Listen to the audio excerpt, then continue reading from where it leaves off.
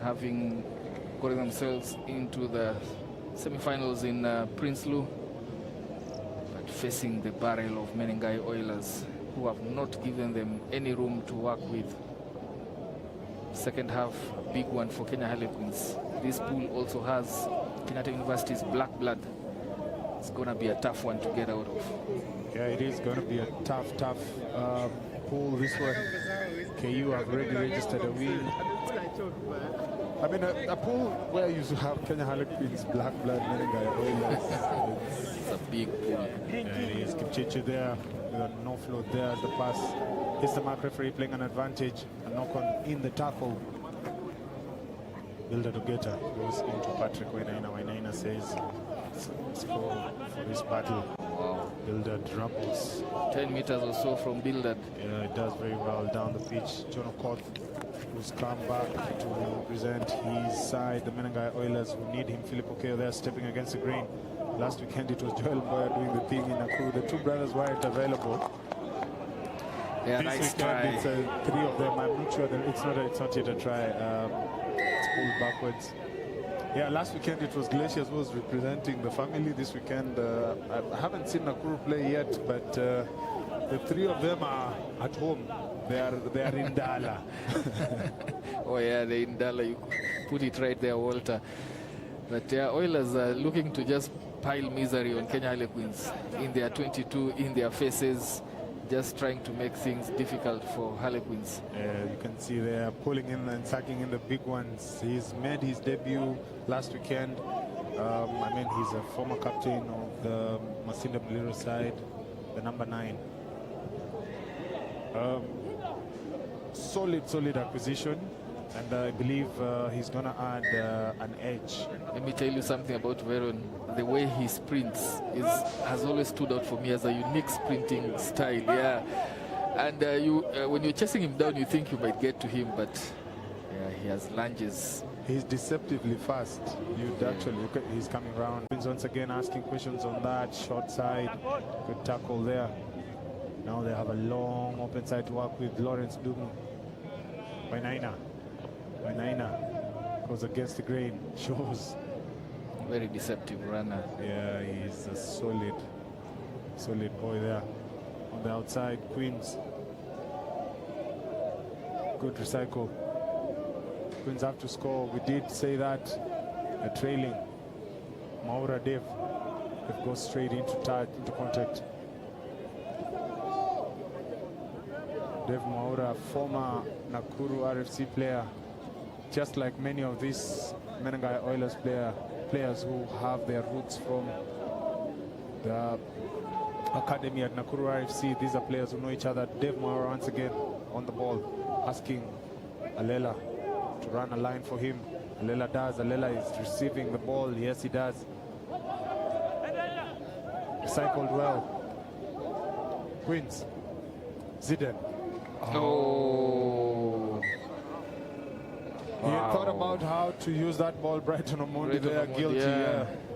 I mean, when you look at Kenya Harlequins, compare them with Oilers, the strike rate of Oilers is very high. They take like 3, 4, 5 phases they have scored. Kenya Harlequins have had to do a couple of phases, 10 phases plus, without scoring so far, and that has been their main undoing. That killer pass, or that whatever move it is not coming through for Kenya Harlequins, and Oilers just moving left and right. You can see the coaches there animated, Geoffrey Ominde and Makanyize himself, Donald Oluoch. Former Nakuru boys. Oh, they are Nakuru. Menengai Oilers is Nakuru out and out. Ominde is in the national setup with the ladies. Yes, he is. Yeah. So a good brain transition, there. Good transition from playing into the field of play. They're very good halfbacks, the two of them. Donald also played for the Kenya 7 side. Yeah. And they're now lending their expertise to the Menengai Oilers. The Menengai Oilers also looking to refresh the setup, trying to see if they can get new faces into the system, try and test new ideas. They've had, I mean, if you look at the program, if you look at the program at the Menengai Oilers, if you look at their trajectory. They've literally gone the growth phase. They've then had it's that the ceiling plateau. wind. It's the ceiling glass for them, I think. Especially when it comes to the 15s, they are just yet to strike that glass and break through for their first Kenya Cup title. I think that's where I think they the closest they ever came was that first half win against Cabras at the Bull Ground. The Cabras that second half. Ever since, they've not been able to actually challenge for put in a solid attempt at that. They also did lose that final last year at the showground, where they lost by a single point. It was a terrible first half, but they had a decent second half. So I think for them it's all about putting together a whole 80-minute performance in a cup final. I guess that's why they have made a couple of changes here and there. Another one coming into the roster there, Paul Mutsami, coming back from the Victoria Sharks in Uganda, having turned out for Kenya Harlequins and Impala previously. Trained a bit with Cabras, then transfer just never went through or something, if you trust the rumor mills, and finds himself into Menengai Oilers, and is an additional, a strong additional setup there. As you look at the bench there, the two former teammates of the Kenya Sevens, Patrice Agunda, together with Willie Lomu Mbaka. They have done well with the Kenya Harlequins, but they need to just put it up to the next step. The final will be good for them. Yeah, they'll be looking to at least get something in terms of their coaching careers. They have had a very well known, documented career on the pitch. Well celebrated, and of course really decorated. And as such, this transition is also very important. As you transition into the coaching side, you also need that luck to also bounce your way. But you cannot do what you used to do on the pitch. Right now, you can only coach them and ask them to do what they can be able to do. So, Brighton Omondi not happy there with the referee's call, but as you saw from the replay, player had his knee on deck when that ball was ripped. So you have to release the player, let him, allow him to place the ball. As you tackle him, you have to release him so that you contest. And therefore, you need to be able to do that. As you see there, Daystar waiting for their next match coming up against the hosts, Kisumu RFC. That coming up shortly. As we look at the dying embers of this match, Kenya Harlequins yet to get themselves onto the scoreboard.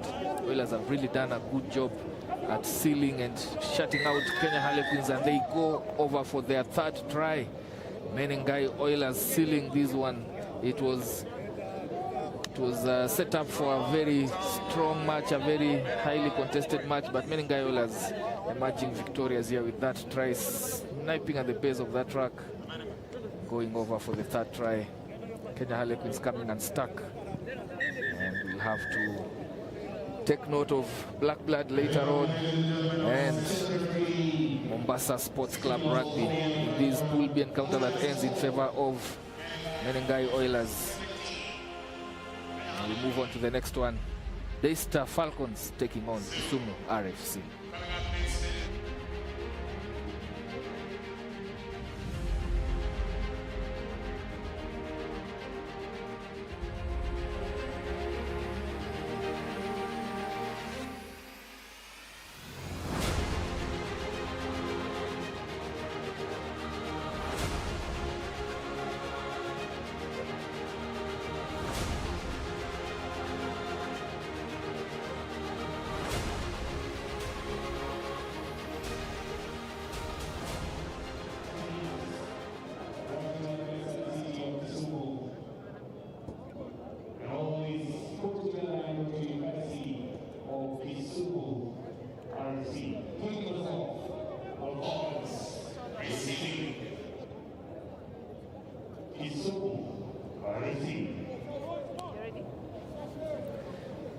So we're ready for the fifth match. Daystar Falcons taking on Kisumu RFC. Daystar Falcons got themselves into the Cup quarterfinals in Prinsloo. They will look to build up on that.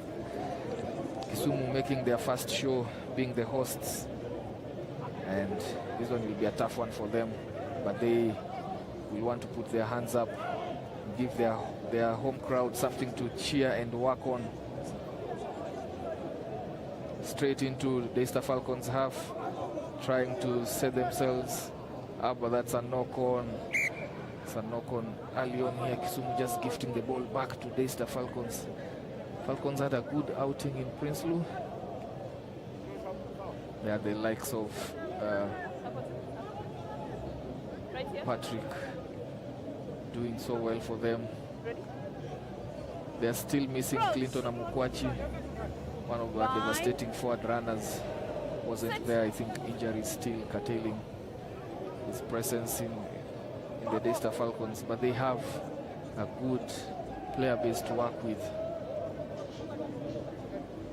Shifting the ball out wide, looking for a platform. Quick ball required from Daystar Falcons. Kisumu set themselves up well in defense, just coming up slowly, trying to shepherd Daystar attack to the touchline. Opportunity to hustle that track, not successful. Then now Keraguri coming across the line, trying to manipulate the defense, releasing out wide. The defense is there, good cross-cover defense and tackle from Kisumu, but they have lost territory. Masidudi penalizing for that play, and turnover ball for Kisumu. Oh, nice strong fend there. Will he make it all the way? Will he go? You bet he will. Pumping and going all the way to score for the home side. First try for Kisumu, off a turnover. And those nerves are off for Kisumu now. They have tasted blood. Daystar punished. That loose ball carry, quick tap and go. Masidudi had given them the advantage, but they didn't take it well. And Kisumu racing to score their first try in their home tournament. That conversion not good. And Daystar know they have it in their hands. See there, just steps back in. Then watch out for that turnover that will come shortly. Penalized there for contesting while on deck, number 23 for Kisumu. Quick tap and go from Keraguri, knocks it on. Maybe in fair play, that wasn't 10 meters out wide, but it was a quick tap and go, then gets the ball, that turnover. Then it's off to the races, chest down, but not being able to get to him. Fantastic try for the home side. Yeah, fantastic score there. Opener landing to the host. Pretty sure this is a game the host, I mean, Ian Martin said, I mean, we can take on the Zite Hawks, we are at home. Let's just put in something together. John Hayo goes into contact, offloads. That is a turnover. Arnold Agonda taps and goes, has Moses Keraguri on the inside. Arnold has the try line right ahead.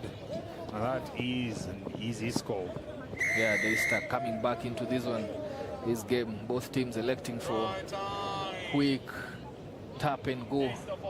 And Arnold Agonda, no slouch in pace, takes that opportunity and goes all the 75 meters to get themselves back. As you see the coach there just trying to talk to his charges, just telling them to cool down and settle in as Moses Keraguri's attempted conversion goes wide. It's a tight game, 2 minutes remaining this first half. The pictures there, Arnold Agonda, another Kenya Sevens trialist. See there, quick tap and go. They can't touch him because they're within the 10-meter mark.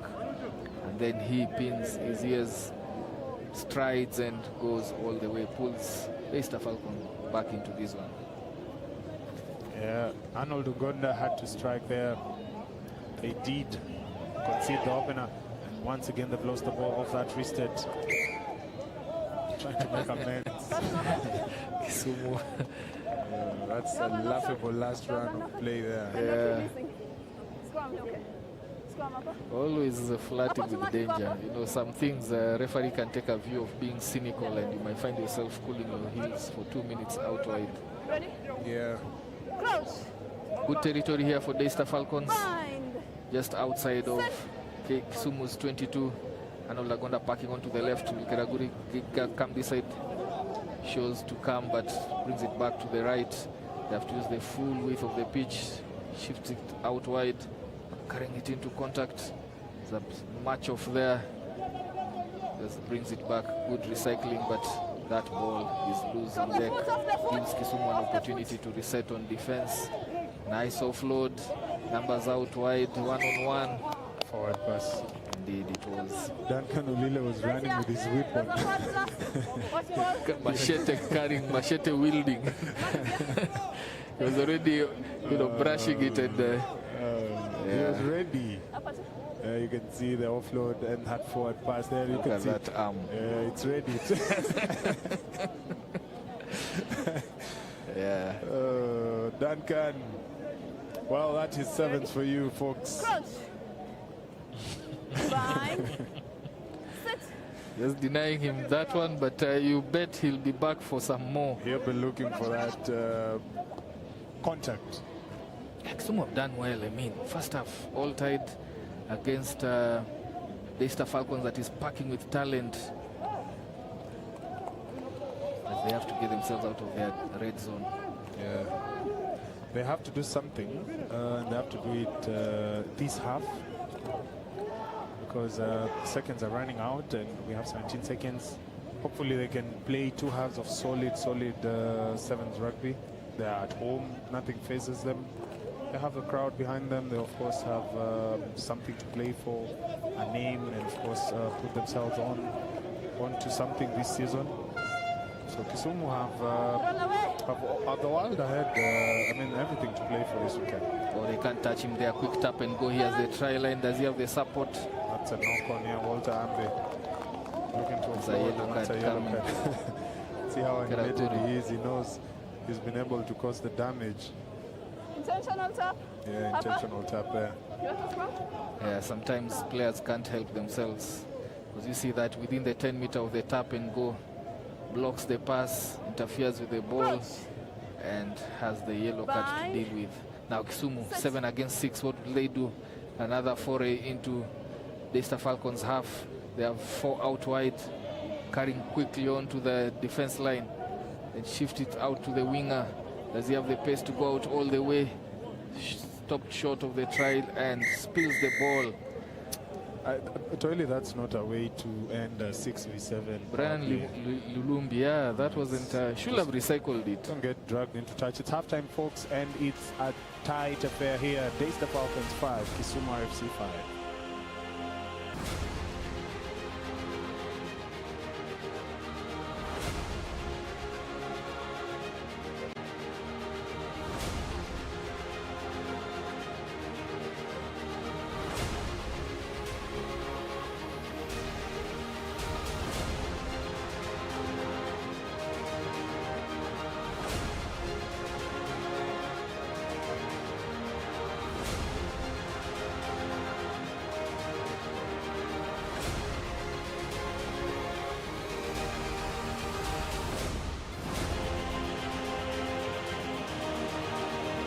Our stats tell the story, they tell the tale.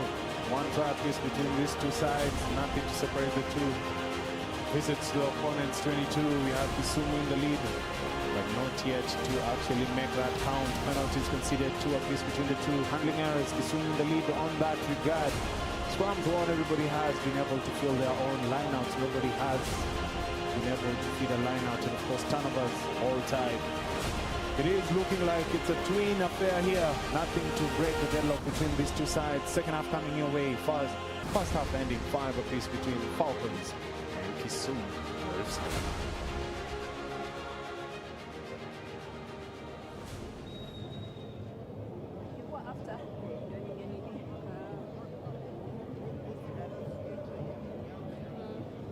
Kama angekuwa ameplay quick, ningesema okay, sawa. Haya, thank you.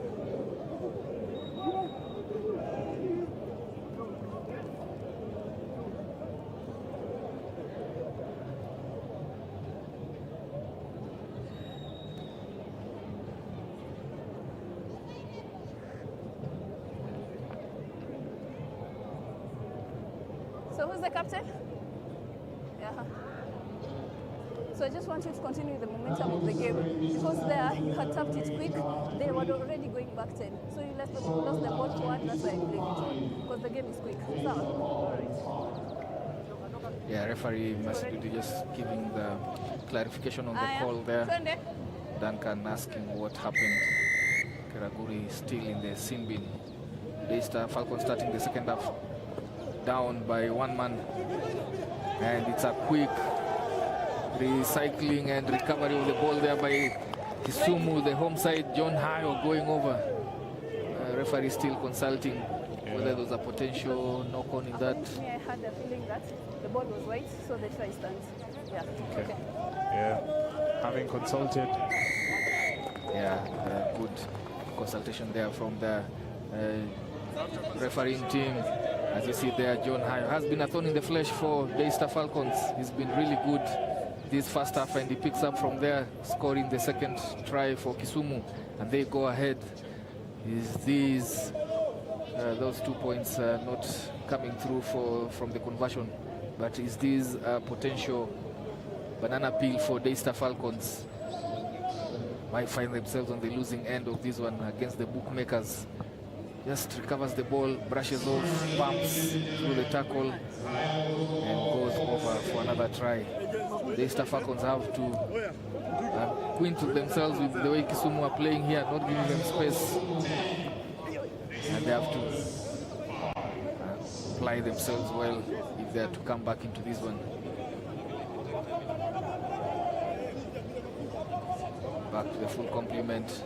Daystar now have to work all of the next few meters coming into the pitch. Patrick Odongo, you see there from the technical bench. Anxious moments for both technical benches because of the way this game is close. They will need Patrick Odongo, ball in hand number 11, to bail them out. But it's all a teamwork, as we've seen from Kisumu. Missed tackle, line break, looks for needs that support. Putting the shoulder in, Harrison Mauve brings down Daystar Falcon. Just outside the 22, get shifting the ball from one end to another, carrying it into contact of loading, and Agonda just brought down. Kisumu retreating well in defense but losing territory. Daystar working and going through the faces, trying to find gaps in this defense. End-to-end stuff here, 5-meter channel to the other 5-meter channel, strong ball carry. Kisumu defense stays strong, and this moment is where now players start huffing and puffing. No break in the last 2 minutes in play, as both defense and attack go at each other. Line break, looks to go all the way. Yes, it does. Daystar needing this try, getting 5 back onto the scoreboard. Really worked hard for this one. They have gone through several phases in the 10s. They get the reward, and Kisumu's defense unable to hold. Finally, when there are such long spells of possession, you need something special. You need a line break, you need creativity from the players, not just shifting the ball end to end. And it came through that reverse in the ball. Just taking it back to the shorter side. Clean line breakthrough. It's tied 10-all without missed conversion. This one is an interesting fixture. Kisumu might just sneak away with this one and throw cut amongst the pigeon in pool C, because we do have Nondis in this pool also, together with Mwamba. Another well-balanced pool C. Ball is raised high into the skies and recovered by Daystar Falcons. They needed that possession. Yeah, they needed the ball. They've actually given so much respect to the Kisumu side. Maybe Kisumu have done so well in this game, but looking at the form going into this game, you would have expected Daystar Falcons to be heads above shoulders. Yeah. Kisumu have really held their own strongly here. You have had the likes of Patrick Odongo had to make their way off the bench, maybe to come in and try and secure. I don't think he was. I don't think he was meant to be in this one. Same. Hapo tu. On that mark. You want to scrum? Scrum for blue.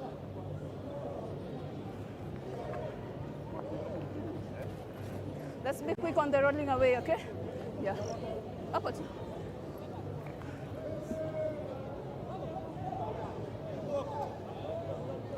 So yeah, the battle. Strong.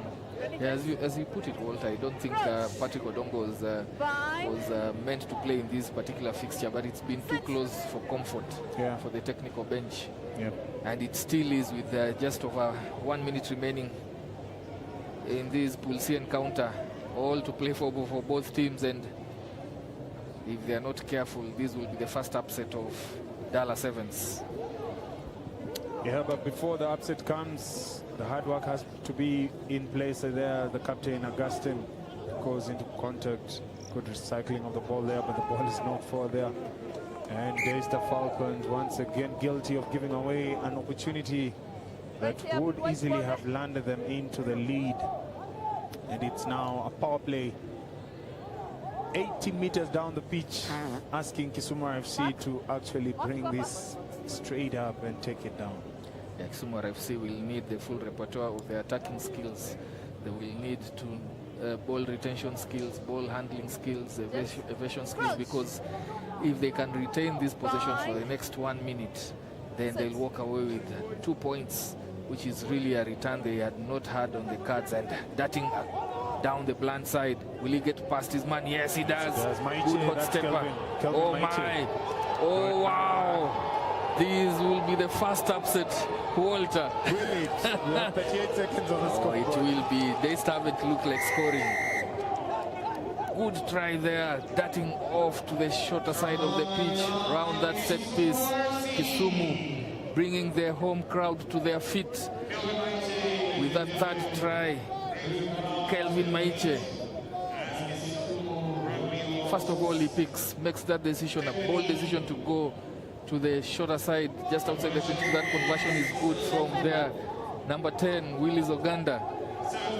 And that is a 17-10 with seconds remaining.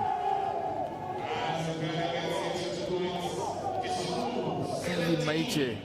Look at that, just goes to the shorter side, picks it, then looks at the sweeper coming in, Damishimi step, puts him to the floor, and then from there it's races, going all the way to score that try. The Easter Falcons staring down the barrel of a loss that was not on the cards for anyone. It's still open play here. I think the best they can get here is a draw, so Kisumu have done so much. Maybe try and pin them to score, probably outright that, or Buya, if I'm not wrong. Oh, Buya is strong ball carrier. Buya, beg your pardon, will probably get the name right. However, it's an opportunity here for the Falcons to try and score, and Patrick Odongo will be definitely looking for a 5 closer to the. He needs to take it closer to the hedge. Yes, they get themselves another try. 17-5, this coming conversion. Very important for the Easter Falcons. Patrick Odongo there, not amused. Scoring, yes, but it's all to do with this conversion. Otherwise, they will lose their first match. And again, another pool that will be drawn wide open. If this is not, even if it ends up as a draw, it's a good result, fantastic result for Kisumu. Lining up for that conversion. Everyone staring at it.